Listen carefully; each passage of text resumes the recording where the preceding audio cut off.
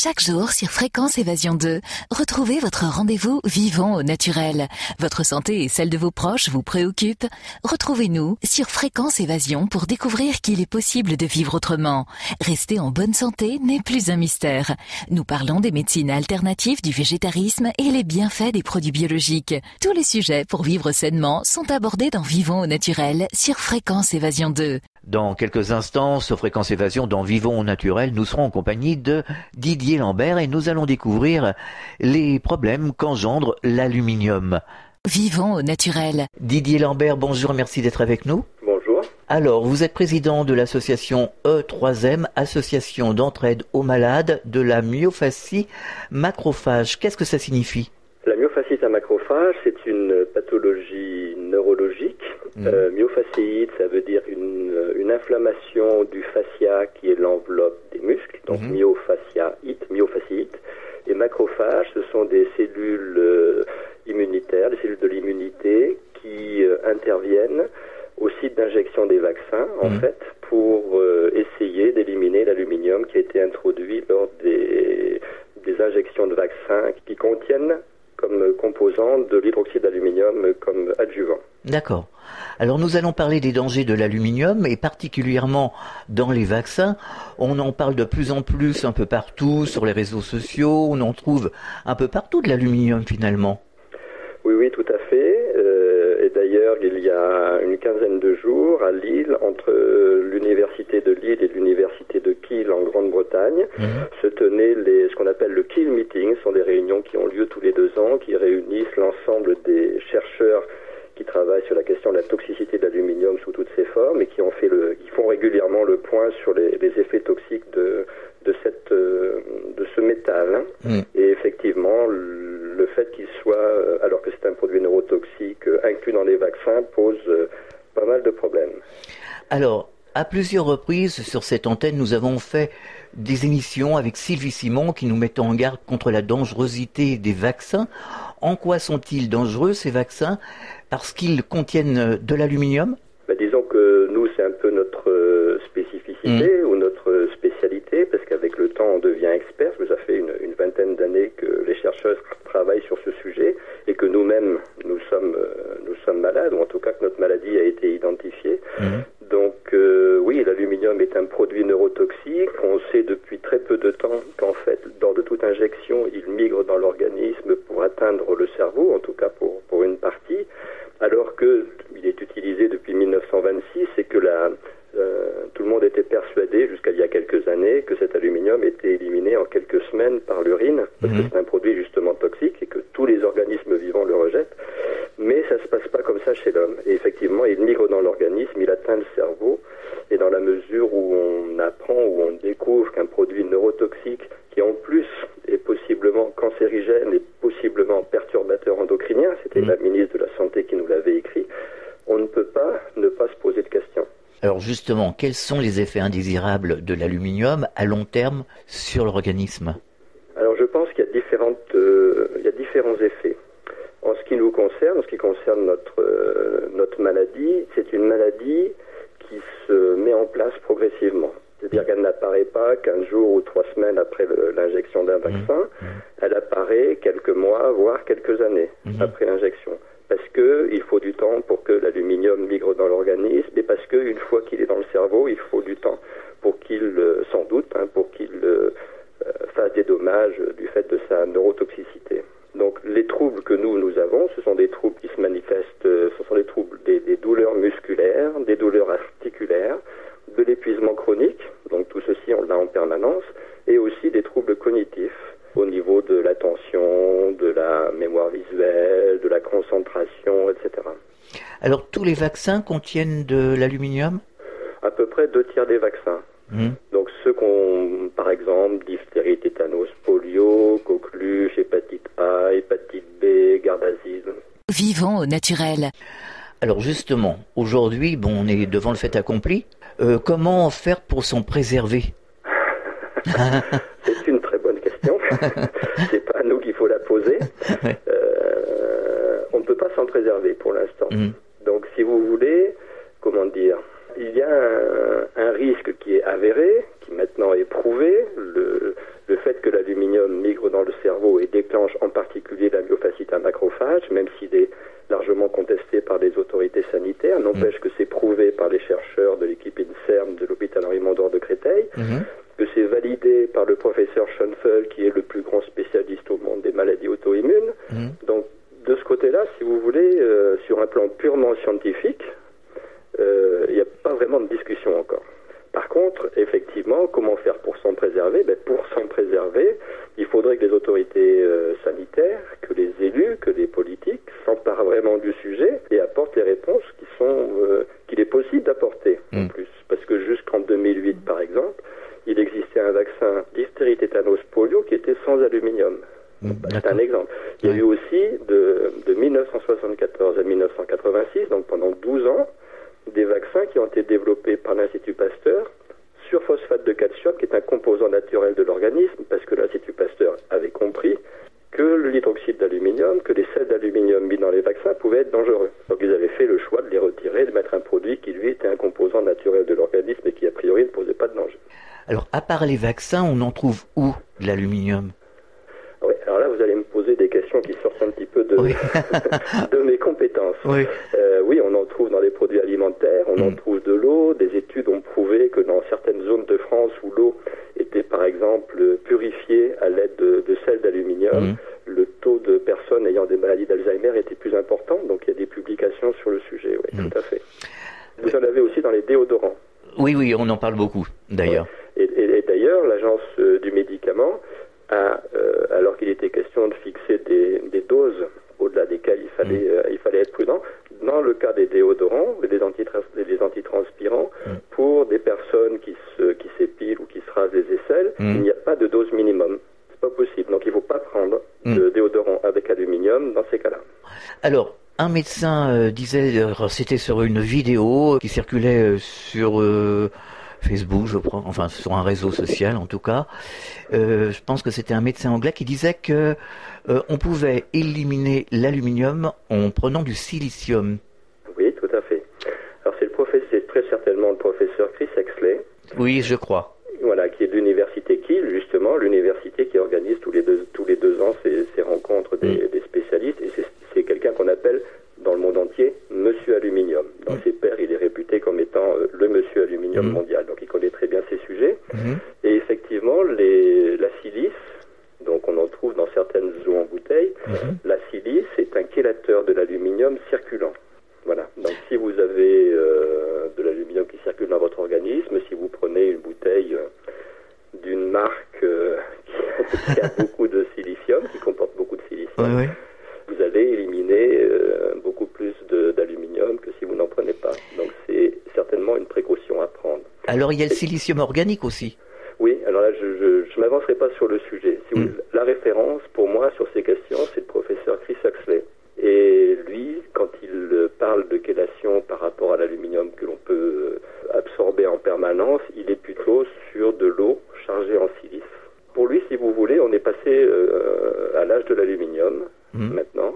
Pour l'instant, ce n'est pas encore intégré dans les politiques de santé, mais on aurait tout intérêt à le faire parce que plus vite on en prendra conscience, plus on prendra les mesures adéquates, en particulier en termes de chélation permanente pour que cet aluminium qui circule dans notre organisme soit éliminé le plus rapidement possible. Alors, est-ce que la silice élimine aussi l'aluminium qui a été stocké antérieurement dans l'organisme? Non. Pour l'instant, on ne le pense pas. On n'est pas sûr. Pour l'instant, on pense que non. Mais si vous voulez, votre question renvoie à une problématique plus large. C'est-à-dire, si on regarde les choses en face, si on se dit il y a peut-être un problème avec l'aluminium en général, dans ce cas-là, on fait des recherches et on cherche à répondre aux questions qui sont posées. Or, il n'y a pas de financement public sur ces questions. On préfère mettre un oreiller sur le sujet, ne pas en entendre parler, puis le jour où ça éclatera, on sera bien obligé de tous regarder, mais ça sera déjà un peu tard pour toutes les personnes qui auront pris de l'aluminium. Parce que ça fait un moment que ça dure quand même, cette histoire. Oui, ça fait un moment que ça dure, oui. Vous savez, quand je vous dis que Pasteur a retiré, par exemple, l'aluminium de ses vaccins en 1974, il a été remis en circulation pour des questions de processus industriel de la part de l'Institut Mérieux, qui ensuite est devenu Aventis, qui ensuite est devenu Sanofi. Mais voilà, les questions sont posées depuis bien longtemps. Vivons au naturel sur Fréquence Évasion 2. Alors il y a d'autres façons de faire, hein, justement, pour les vaccins, on peut procéder autrement et puis retirer enfin cet aluminium. Ah ben nous en sommes persuadés. En tout cas pour les vaccins diphtérie, tétanos, polio, coqueluche, qui correspondent en particulier diphtérie, tétanos, polio à l'obligation vaccinale actuelle, on sait que des vaccins peuvent se faire sans aluminium et d'autres part éventuellement avec du phosphate de calcium. Voilà. Et que cela, a priori, ne présente pas de risque. En tout cas, beaucoup moins que ceux qui ont de l'aluminium. Et on sait faire. Après, oui. c'est une question de choix politiques, de choix industriels. Bon, mais maintenant, on sait que les choix industriels, c'est pas obligatoirement des questions de santé publique qui sont la préoccupation première. Il y a des documentaires qui circulent, qui sont passés à la télé récemment, ou des livres comme celui de John Virapen, qui était PDG d'un laboratoire pharmaceutique en Suède, qui explique tout le fonctionnement. On voit bien comment les choses se mettent en place. Donc il faut qu'il y ait une volonté politique vraie. Et comme on est en ce moment en train de préparer la loi de santé publique qui doit être débattue au Parlement dans les semaines qui viennent, il est urgent que les parlementaires se mobilisent sur ces questions. Alors par rapport à votre association E3M, est-ce que vous avez eu des contacts avec les responsables politiques? Oui. Et alors, quelle est leur réaction? La réaction, c'est la technique de l'édredon, de l'oreiller, il n'y a pas de problème. Il n'y a jamais de problème d'ailleurs. Il n'y a pas de problème, donc qu'est-ce que vous voulez que... La loi de santé publique, il n'y a pas un seul article sur la sécurité vaccinale. Rien. Pas un seul. La population française est en train de perdre confiance dans la politique vaccinale. Il y a des chiffres qui sont importants. Et pourtant, alors on va faire des campagnes d'information, de publicité, on l'appellera comme on voudra, mais on ne va pas aller traiter la question que se posent de plus en plus de Français, et dans toutes les couches de la population, sur la question de la sécurité vaccinale, et en particulier de l'aluminium. C'est une erreur fondamentale. Oui, parce que nous, on le constate à la radio, combien de personnes nous disent on veut plus faire vacciner les enfants, on veut plus recevoir de vaccins, hein, ça c'est clair. Vous savez, moi je les comprends bien. Franchement, je les comprends bien. Oui, il y a de quoi avoir peur quand même. Hein. Oui, je ne sais pas si vous connaissez les chiffres de l'explosion de... Alors ça, on va peut-être avoir l'impression que je pars un peu loin, mais on va revenir. L'explosion de l'autisme aux États-Unis. Non, Sylvie Simon en parlait justement. Oui. C'est absolument sidérant. C'est-à-dire qu'on a une courbe exponentielle. En 75, un enfant sur 5000, 1 sur 5000, était atteint de troubles autistiques. Et en 2014, c'est 1 sur 68. Et quand on regarde la courbe, c'est une courbe exponentielle. Alors, dans ce laps de temps, il y a eu des changements de définition sur la notion de troubles autistiques, etc. Mais ça n'explique absolument pas cette évolution absolument énorme. 1 sur 68. Et sur ces enfants-là, 40% ont un QI inférieur à 70. C'est-à-dire qu'on est en train de fabriquer des générations qui vont être dans la souffrance, dans le mal-être. C'est absolument... On se prépare une société qui est absolument extraordinaire. Alors, quelle est la cause de cette explosion de l'autisme? Les causes sont certainement multiples, certainement plurifactorielles. Mais des publications alertent sur l'influence ou la co-influence, par exemple, entre l'aluminium des vaccins et des produits chimiques comme le glyphosate, qui est un désherbant bien connu, le Roundup. Et ensemble, ils auraient des effets délétères absolument terribles. Alors, soit on regarde ces choses-là en face, ce sont des chiffres qui sont publics, ce ne sont pas des chiffres inventés, ce sont des chiffres publics, soit on regarde en face et on se pose les bonnes questions, soit on continue à mettre l'oreiller sur le sujet. Ben oui, c'est ça le problème. Alors, pour terminer, nous allons parler de votre association. Quels sont les principaux objectifs et les principales actions que vous mettez en œuvre à l'association 3M? E3M, voilà, oui, E3M. Si vous voulez, l'association a été créée en 2001 et depuis toujours, l'objectif de l'association, le point focal, c'est la recherche. On est persuadé que c'est par la connaissance que la question peut se régler. Donc, depuis toujours, alors qu'il n'y a aucun financement public pour la recherche sur ces questions, nous soutenons avec nos petits moyens la recherche qui est menée par l'équipe INSERM de l'hôpital Henri Mondor de Créteil avec les professeurs Gherardi et Autier. Pour nous, c'est la première des choses. Et si des auditeurs veulent nous aider, c'est bien volontiers que des fonds peuvent transiter par nous pour soutenir la recherche, parce que pour l'instant, les fonds publics manquent un peu, quoi. Bien sûr. Donc ça, c'est le premier point. Le deuxième point, c'est que, en attendant que la recherche apporte les réponses, et Maintenant, les réponses sont de plus en plus claires parce que l'imagerie médicale montre maintenant clairement des zones qui sont atteintes, qui sont lésées, qui sont physiquement lésées dans notre cerveau, en lien avec des déficiences aux tests cognitifs qu'on a pu passer, etc. Donc, principe de précaution, au plus vite, mettre en place des vaccins sans aluminium. Ça, c'est le deuxième point. Le troisième point, c'est, bien évidemment, il faut penser à indemniser ces personnes qui sont malades et qui se retrouvent très souvent avec des demi-salaires, avec 450 € par mois pour vivre, par exemple. Et le dernier point, c'est un point un peu spécial et qui arrive depuis peu, c'est la question du garde-asile pour lequel on demande un moratoire de toute urgence. Que l'histoire du garde-asile, c'est une histoire qui fait un peu froid dans le dos. Bah oui, mais il y a beaucoup de choses qui font froid dans le dos d'ailleurs. Ouais. Vivons au naturel. Je voudrais juste vous dire un mot sur le garde-asile. Allez-y. Parce qu'il y a la question de l'aluminium, dont on vient de parler, mais il y a un deuxième aspect sur le garde-asile. C'est peut-être le cas dans d'autres vaccins aussi, mais en tout cas sur le garde-asile, on a des éléments. Le garde-asile, c'est un vaccin qui a été travaillé à partir d'ADN du papillomavirus. Et dans les notices du vaccin, il est bien écrit qu'on ne doit retrouver aucune trace d'ADN dans le vaccin. Or, ce n'est pas le cas. Un chercheur nord-américain des USA, le Dr Lee, a découvert, et ça a été confirmé par le professeur Bellec de l'hôpital européen Georges Pompidou, qu'il y a dans le garde-asile des fragments d'ADN qui n'ont rien à y faire. Et le professeur Bellec a été plus loin, il a analysé ça, et dans chaque ampoule de garde-asile, il y a 300 à 400 fragments d'ADN du papillomavirus qui est scotché sur l'aluminium. Théoriquement, dans la mesure où l'aluminium migre dans l'organisme pour atteindre le cerveau, théoriquement, ça demanderait des recherches, cet aluminium, pour le garde-asile, peut ne pas migrer tout seul, et peut-être amène-t-il avec lui des fragments d'ADN vers le cerveau. Ah d'accord, oui. Et si vous avez un morceau d'ADN d'un virus que vous avez fait introduire dans le cerveau, ça pourrait tout à fait expliquer des pathologies dont on est en train de parler, qui font l'objet de démarches judiciaires en ce moment. Oui, enfin c'est un peu effrayant tout ça. Hein. Donc là, on demande un moratoire et pour l'instant, l'objectif des autorités sanitaires et du gouvernement, c'est plutôt d'élargir d'augmenter le nombre de personnes qui seraient vaccinées avec le garde-asile, d'inclure des jeunes garçons, pas simplement des jeunes filles, et on prévoit aussi éventuellement de se passer de l'autorisation des parents pour les jeunes garçons et jeunes filles adolescents.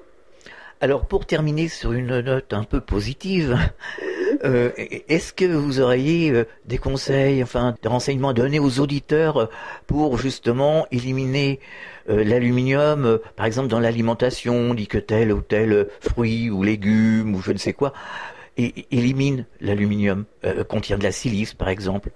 Écoutez, si j'avais des conseils à donner, mais bon, le premier conseil, ça serait il faut agir, il faut être des hommes et des femmes debout, il faut résister un peu, il faut interpeller ses responsables politiques, ses députés, ses sénateurs, c'est le moment, c'est maintenant, il y a une loi de santé publique qui va être débattue, et il faut que les parlementaires prennent leurs responsabilités. Deuxièmement, par rapport aux produits, je ne suis pas assez spécialiste et compétent pour vous répondre, mais je crois qu'il faut que tout le monde soit vigilant sur la qualité de notre environnement dans le sens large.